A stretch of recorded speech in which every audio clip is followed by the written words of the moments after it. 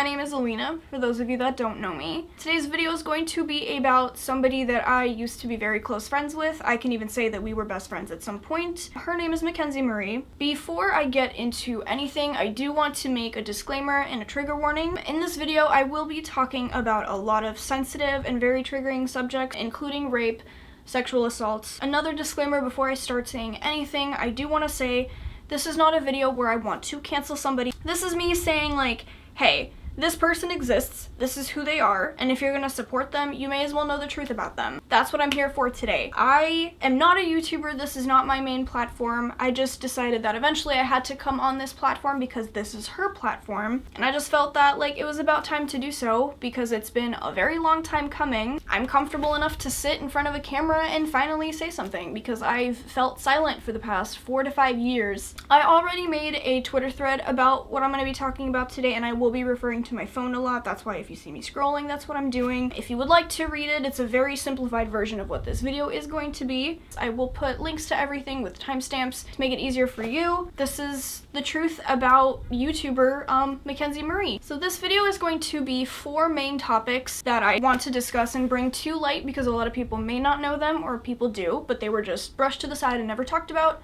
It's going to be in a specific timeline from like the beginning to like the most recent. So let me give you a backstory about Mackenzie and I. I went to elementary school with her, and like around high school we didn't talk very much and we just kind of went our own separate ways. There was one day that I went to Target. I was in the Febreze aisle and she happened to walk by me. She recognized who I was, I recognized who she was, and we were both going to Disneyland the very next day, and we ended up meeting up at Disneyland, which is where the famous video, Disneyland Harassed Me Storytime, started that hashtag Fire Rebecca. She actually deleted the video now. I still have screenshots of it, but she deleted the video. So that was kind of like the beginning of like the controversy side of her that I started to see, and this was like just the beginning of our friendship. I realized that she was more focused on like story times, and that was like her thing. That's her content, go for it. When I met up with her at Target, she was with a guy, and she told me that he was her boyfriend. I will disclose right now, I have reached out to him recently. He does not want to be part of anything. He doesn't want to speak against anything. From my knowledge, he was within our age range, and I didn't think much of it. Mackenzie and I were about 18 years old at the time. We were driving somewhere,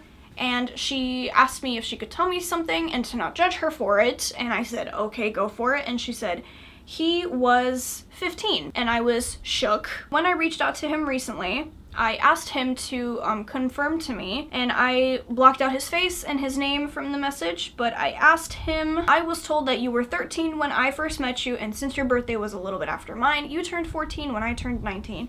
And he says, I turned 15 in LA, and that's on that. And the fact that she hid that from us and from all of her friends clearly showed that she knew that she was doing something wrong, and you know, people need to know that. So part 2 of this video is gonna be a little bit more on the touchier side because this is about bullying and about doxing somebody. 4 years ago, she made a video called This Bitch Stole My Man Storytime, and this video is about my friend Doreen. Her and I have had a lot of ups and downs. Currently, we are friends and everything is okay with us. She did not want to be part of this. She did not want to get fully involved, but she did give me her full consent, and she allowed me to tell this story for her, and I'm here to get justice for her, and I'm here to tell her story because I was partially involved in this, and I need to take the responsibility for that, and so does Mackenzie. Basically, what this video is about, it is a very twisted and falsely twisted, if I may say, story about just a whole clusterfuck of stuff. I do want to introduce somebody. His name is Donald. He was a friend of ours. None of us speak to him, I think, at this point. Him and Doreen were seeing each other at some point. They were very into each other. They never dated. They were never in a relationship. They were just into each other, and they were trying to see how it goes. They went somewhere and they got into an argument, and Donald left her in the mountains. And like from that point, when Doreen told us that story, I started to kind of not want to be that close to him anymore because no matter what the context, you don't do that to somebody. I was on her side from that story, and when she told that story to me and Mackenzie, I said how I felt about it, and Mackenzie was like, oh, that's so messed up, whatever. And so from that point, obviously, Doreen and Donald stopped, you know, communication. They stopped talking. They stopped being friends. friends. And from that point, because Donald was a filmmaker and because he had a lot of like high-tech equipment, he moved here from Florida to make videos and to help Mackenzie with her videos, and he did them for free. And because we were all friends, we were all a cool friend group, whatever, he just did them for her because he wanted to have a start on YouTube, and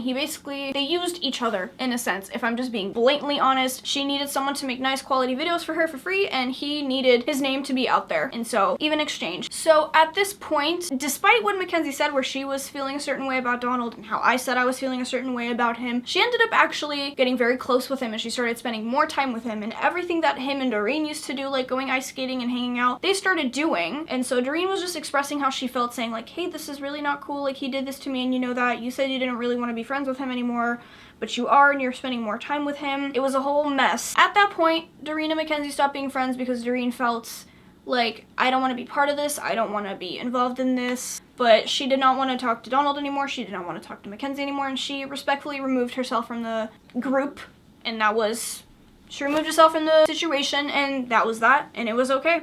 So because after Mackenzie and her minor ex broke up, she started going on Tinder, she started wanting to meet people, and so she was very vocal about wanting to start dating and going out, which was fine. But eventually she came across a guy that we went to elementary school with, and in this video he was referred to Tim Shit.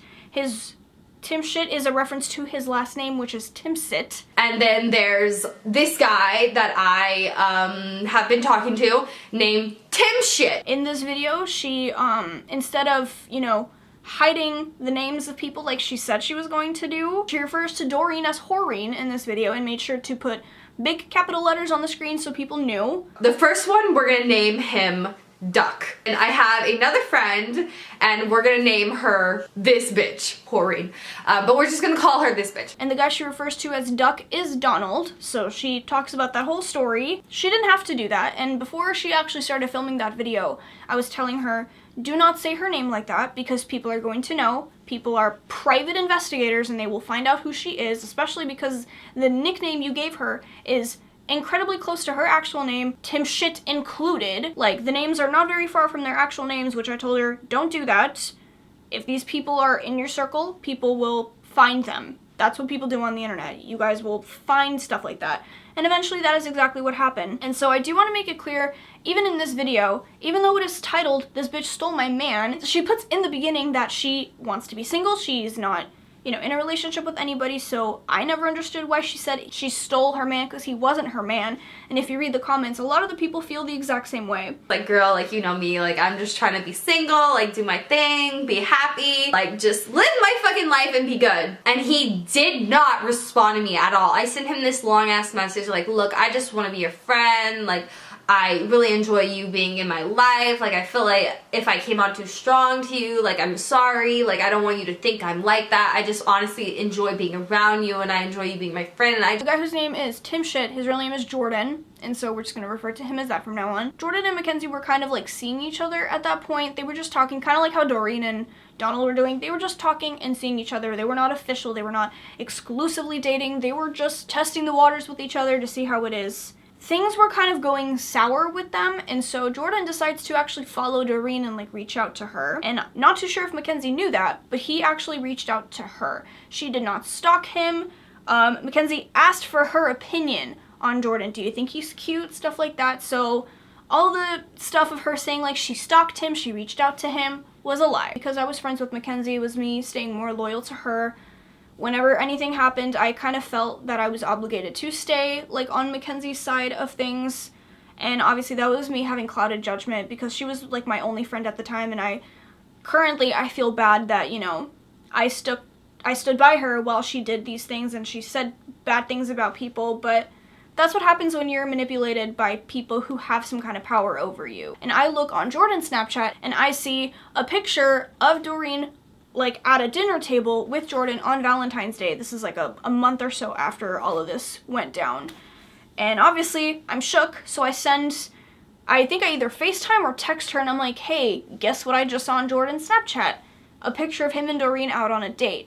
And from that point, she's like, oh no, like obviously as we see in her videos, she's hella dramatic about everything that happens. So immediately she's like, I'm making a story time video about this. She stole my man, all this dramatic stuff that she usually does. And she decided to twist the narrative of a story that is not true. And so like I said, Duck is Donald, Tim Shit is Jordan, and Horeen is my friend Doreen.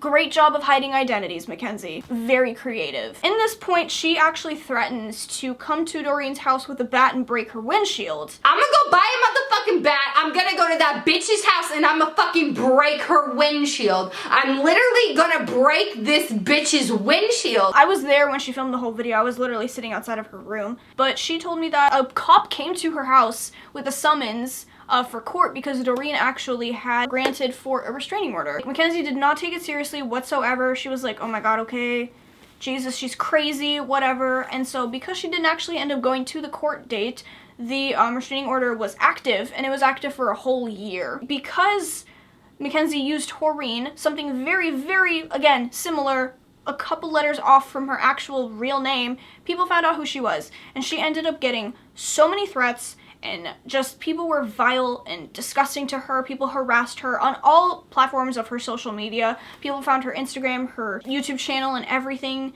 Because she was in a couple vlogs with Mackenzie before, people knew who she was and harassing her on everything. And it was really messed up. And at this point, Mackenzie did not feel any remorse. She did not feel sorry for what she did.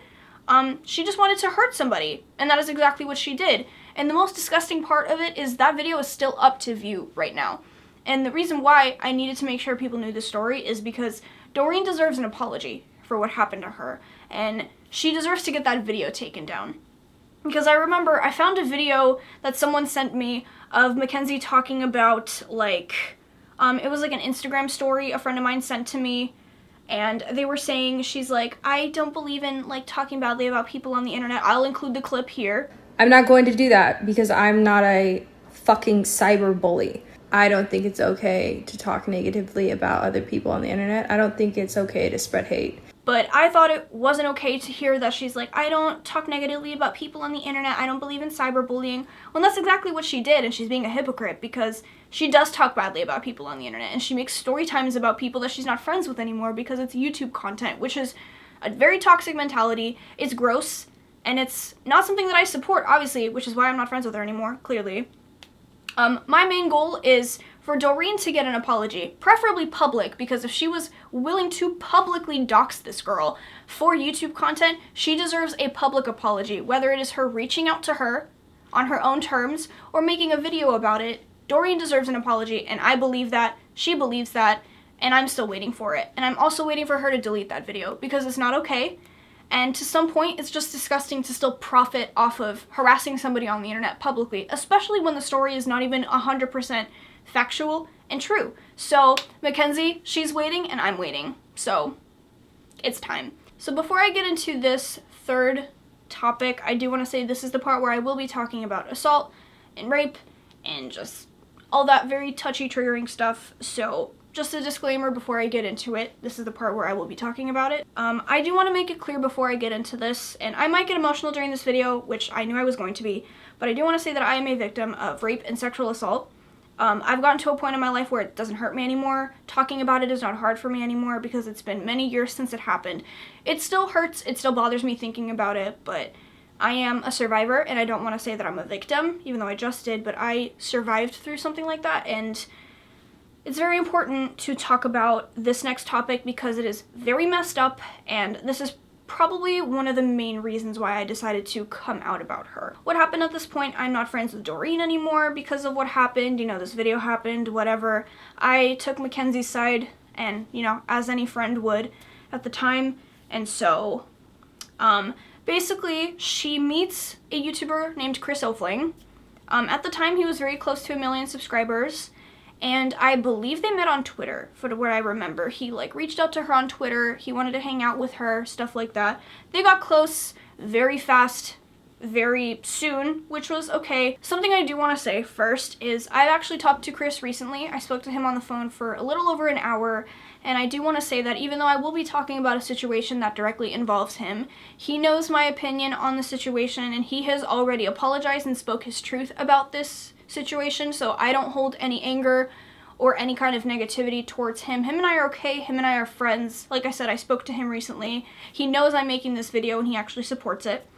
And I just want to make that clear that I am not here to talk badly about him or on his name. Unfortunately, the situation involves him and he knows that I hold him accountable for this, but this is me not trying to take him down. This is me just talking about a situation he just so happens to be part of. Mackenzie's videos were not doing well as much because she was known for her story times and a lot of stuff was not happening to her to make the videos about. And so Chris was talking about how he has made a couple fake videos before and it was fine because it was just a story. It was just a video and people are there for entertainment. And so in her mind, she was like, okay. So there are a couple videos that she has made that are still up, a couple story times that are fake. If anybody wants to ask me which ones, I will tell you 1, 2, 3, which ones are real and which ones are not. They decided to make this video about, like, with real footage, to make it more dramatic and to make it more crazy. And this video was called, I don't remember the full name because it is deleted, of course, but it was like me and my boyfriend got assaulted by my ex. And please remember that she said she got assaulted by her ex. I do want to say as well, right before this video was filmed, because of her relationship with Chris, she was getting a little bit distant with me. And so right before they actually went to go to the restaurant to film this video, she actually came to my house to talk to me, and we actually walked around my neighborhood for maybe like 30 minutes or so. And I actually was telling her how I felt like she was focusing more on making videos and, you know, being a YouTuber than she was about being my friend, because she started spending more time with Chris than she was with me. So on this walk around my neighborhood, Chris was right there actually. Instead of having a conversation between me and her, he was also there, which made me feel kind of weird. And Donald was waiting in the car because Jake in the video is Donald. I have screenshots of it. Everyone knows. People have debunked it on YouTube already. People knew it was him. And then I'll get into that in a bit. But eventually, we walk around and she's like, okay, well, like, I hope we're good. We talked about it. I guess everything was fine from that point. It wasn't. I was still feeling a certain way about it because, like I said, she focused more on being a YouTuber and making all these crazy fake videos and, like, all these pranking my boyfriend videos that were not real and all completely staged. And they were like, okay, well, we're gonna go film like a crazy video. And I was like, okay, have fun. And so obviously from my knowledge, I already knew they went to go film a video. She told me very briefly what the context was about, but she's like, yeah, Donald's gonna be like a guy I dated or met on Tinder, and then he's gonna like come like fight, and then it's gonna be like this crazy video. And I was like, okay, cool, you guys have fun. There are a couple pictures that show that the person in the video, Jake, is Donald. She did a very bad job of trying to hide his identity. All she did was put like a black square around him. He's been in a couple of her videos, so people know his voice, people knew what he looks like, so she did a very bad job of trying to hide that it was him. For 4 fucking months. Yeah, I know, and I thought you got the point that I What don't really fucking feel dude? I don't feel comfortable. Fucking filmed a dope ass music video on this heavy ass camera. This is my baby. Donald's pants fell down. Because eventually people found out. But basically, in this video, how the video starts, when you really think about somebody talking about a very traumatic experience, they don't come on the internet and be like, this is a crazy story, I just had to tell you guys. On footage, and this is such a fucking crazy story. You guys know I gotta tell you it. Enjoyed this story time video, make sure to give it a thumbs up. Let's try to get this fucking story to like 10,000 thumbs up. That's not what real victims of any kind of abuse say or go through. And so when I saw this video, I was just like, wow, they really thought they could get away with this, because it is very badly done in a way that you can just tell that's not real. The video, obviously, of course, why wouldn't it be deleted? I did find a video that somebody reposted. It's like a mirrored version of it. It's from a channel called The Burn Book. I will put the link in the description if you would like to watch the catastrophe of that video. Basically, what happens in this video, she accidentally sends her location to Jake, which is, like everyone has discovered, an impossible thing that you can't do. You can't accidentally send your location to somebody. And so just this whole video is fake, staged, not real. Eventually, they go outside, and like Donald is outside leading on a car, and then they fight, and she has like her camera like down here making sure she's recording everything, and she was like, you guys know, like, I have footage, so you know I had to tell you. And it's just, nobody would be filming this kind of stuff. Nobody would have a nice clear image of a camera down here making sure they're filming everything that's going on right now. It's not realistic, and everyone saw that, and I saw that. What else happens? She talks about how this was very traumatic, and like this happened 3 days ago, and it's just crazy, and it's a crazy story, and Chris made a video about it too. But what really bothered me, genuinely, was because in the title she used the word assaulted. And like I said, it is a very sensitive word to use. It's a very touchy type of thing to say. So from that point, I was feeling a little bit weird about it, just because I knew it was a fake video, and I felt, like I said, I felt weird about it because I knew it wasn't real, and it made me start to look at her a different type of way. Like, I was already really distant with her, kind of, just because, like, she was focusing more on her relationship with Chris than actually having a friendship with me, because, like I said, I wasn't a YouTuber, so she couldn't, you know, profit off of me, and I couldn't, you know, I just wasn't a YouTuber, so I was just her normal friend who was her accessory to, you know, just be there for her for vlog content. So obviously she needed to do something with her career, and she found a boyfriend who did the exact same thing, so it was a match made in heaven, clearly. So eventually, Chris's roommate at the time, and also YouTuber Damon Fizzy, actually ended up calling them out on Twitter because he found out that the video was fake. And I have a couple screenshots from the tweets that he put where he was saying, like, they were making fake videos, and he even showed a screenshot of him DMing Chris and saying, hey, like, you made a fake video, and that's messed up. And Chris says, I know it is. So Chris openly admitted to this being a fake video.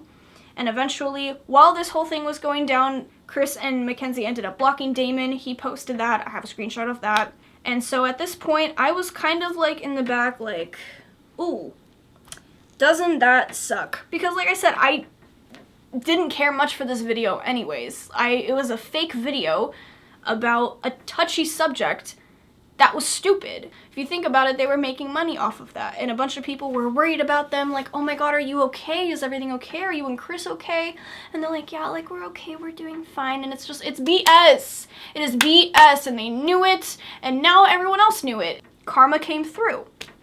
And so basically, while this was happening, I remember Mackenzie FaceTimed me, and she was very distressed. She's like, oh my god, you know, Damon exposed us, like, what do I do at this point? And I was like, well, I mean, I guess this is where you have to apologize for it, and you have to come clean about it, because everyone knows, so you need to be honest about it. And I was telling her, like, you know, you got this, like, you can do it. And she was like, you know what, like, yeah, like, I'm gonna go film the video right now, like, I'll talk to you later. And I was like, cool, girl, do your thing.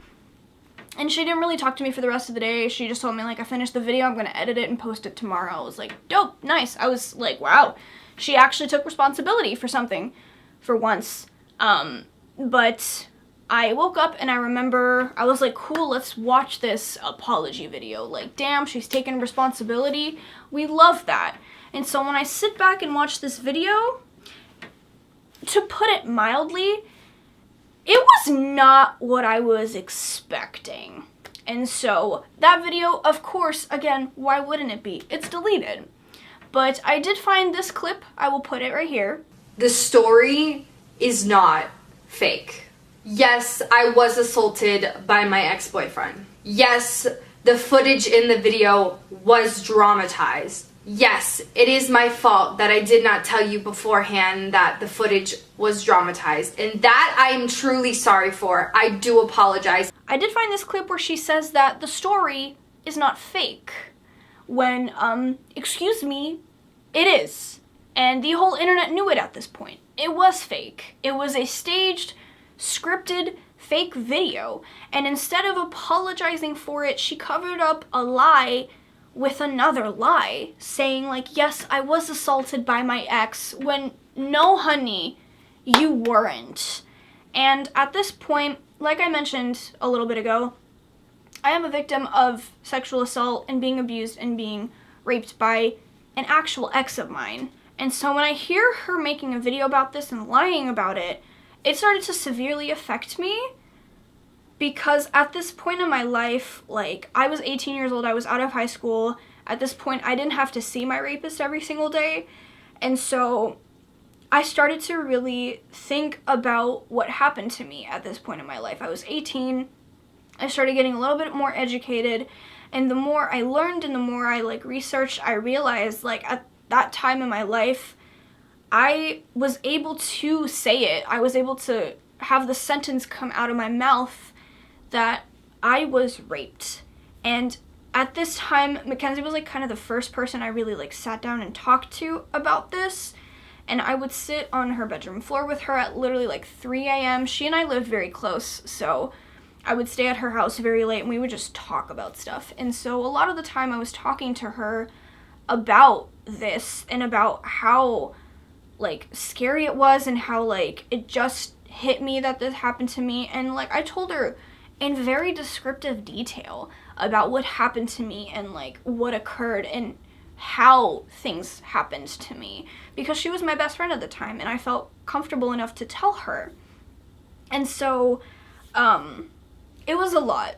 It still is a lot for me to talk about. Just thinking about all of this, it hurts still. And in reference to my rapist, because that's what we're going to refer to him as, because he's not a person at this point, he is a rapist. At one point, not too sure where this falls on the timeline, but at one point, he actually messages me on social media. Right now, I try to have him blocked on everything because I don't want to see his face, I don't want to see his name, and I absolutely don't want him to contact me or follow me. A couple months ago, I saw that he made another account to follow me, and of course, blocked him real quick. But I still have the screenshot of the message that he sent me, and I can even tell you exactly where I was in the world when I received this message. What street I was on, all that fun stuff. I was in the car with Mackenzie, we were at a red light, and I remember I opened my Instagram and I received this message. I will put the screenshot of it, and I remember my stomach just dropped, because I don't know why he thought it was okay to talk to me, because I haven't spoken to him, like, since my senior year of high school, but I don't know why he thought it was okay to talk to me, because I cut him out of my life for obvious reasons, and, obviously she was there to support me, and she was like, it's okay, you don't have to say anything, are you going to say anything? And she, from what I saw, supported me for the most part. And, you know, that was that. For this apology video, it was just all full of lies, and she said that she really is a victim, and that, you know, stuff like this really happened to her, when once again, it didn't.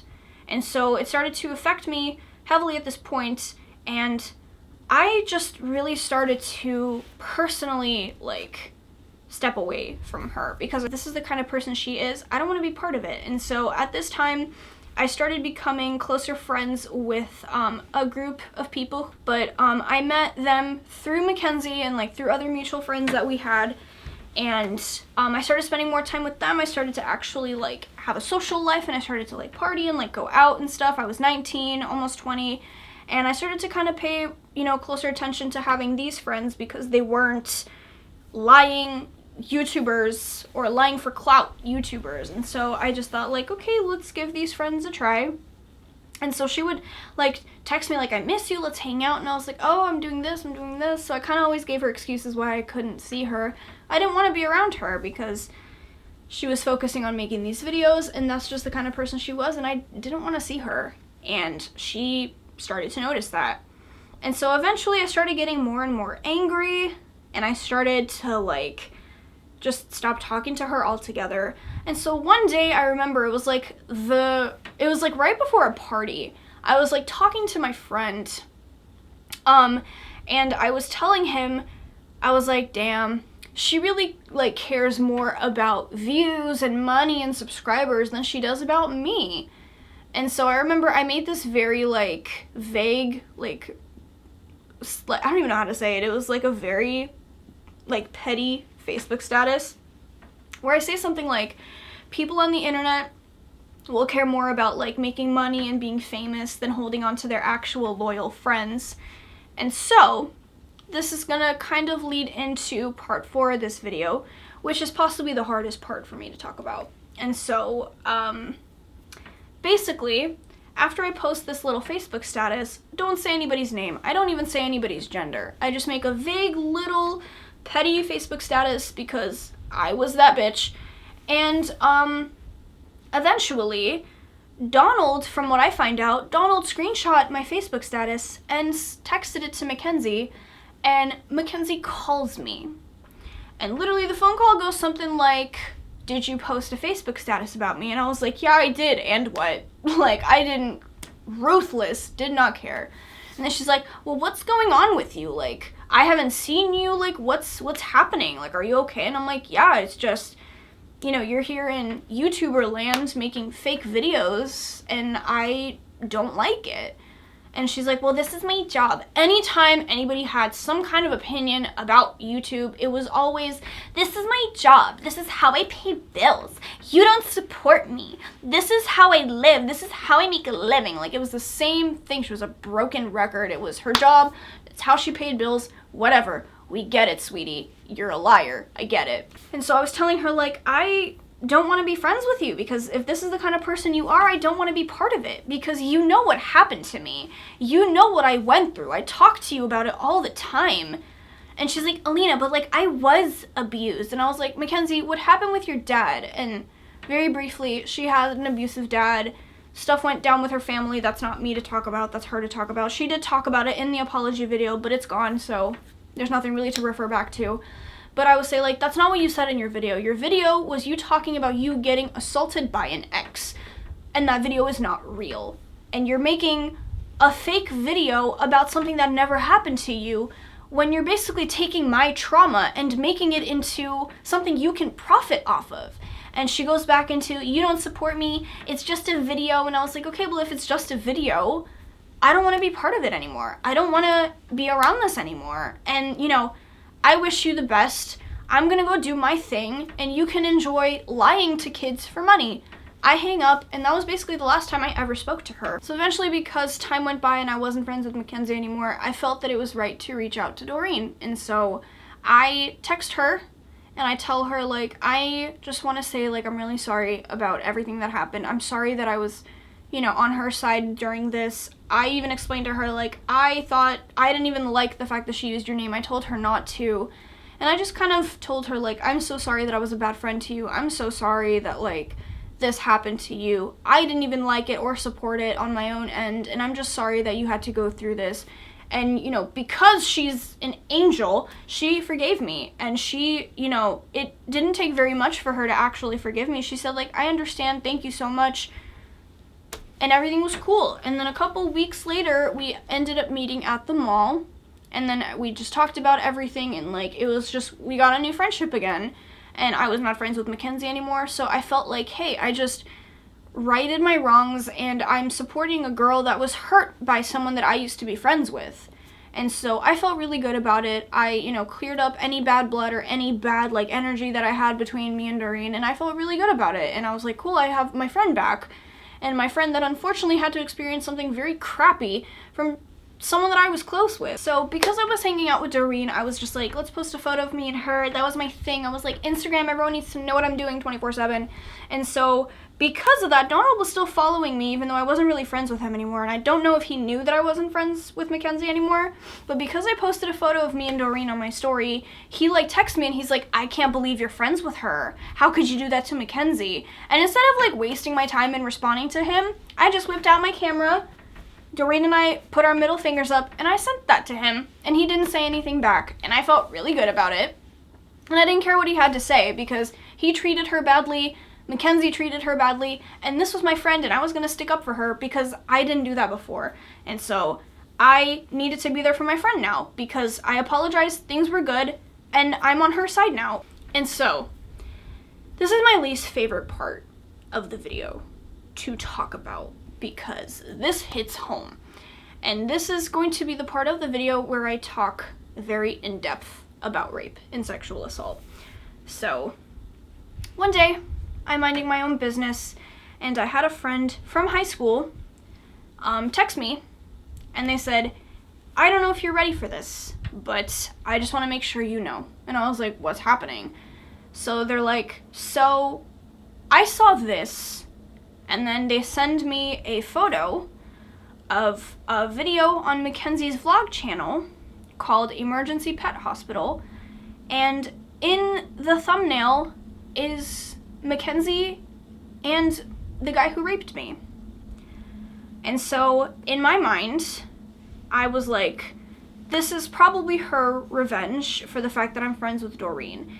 Even though what I did was to try to right my wrongs with somebody that I hurt, Mackenzie genuinely thought that the universe revolves around her, so she probably thought that I did this to hurt her. Once again, sweetie, come back down to earth. Not everything is about you. I didn't care. This was not because of her. I did it for me, and I did it for my friend. But obviously, I'm assuming this is why she did it. Girl, I don't even know what other intentions she had. But, so at the time, I text Doreen the screenshot, and then I text my friend who was actually there during the phone call where I ended my friendship with her. And I text him the screenshot, and I'm like, do you know who this is? And he goes, no, who is that? Like, I know that's Kenzie, but who is that? And then I'm like, that's the guy who raped me in high school. I don't hear a response from him. And then eventually, a couple minutes later, he texts me a conversation between him and Mackenzie, and him saying, how could you be friends with Alina's rapist? And she responds, she lied about it. I know the whole story. They dropped the charges. What I want to say to that is I never pressed charges, because what happens to real victims of sexual assault, like myself, Mackenzie, because you wouldn't know anything about that, is 99.9% of the time, people don't believe us. And because of people like Mackenzie who decide to make videos, you know, thinking that they can profit off of, you know, making crazy videos about these types of topics, some of us have to live with that trauma for years and years without ever really talking about it. And the fact that she was the first person that I really sat down and talked to about this, it was just the most disgusting thing that anybody could ever do to a person. And I remember, like, coming downstairs, like, with my phone and, like, not even being able to say anything. And I just handed my mom my phone and just having her, like, her soul left her body.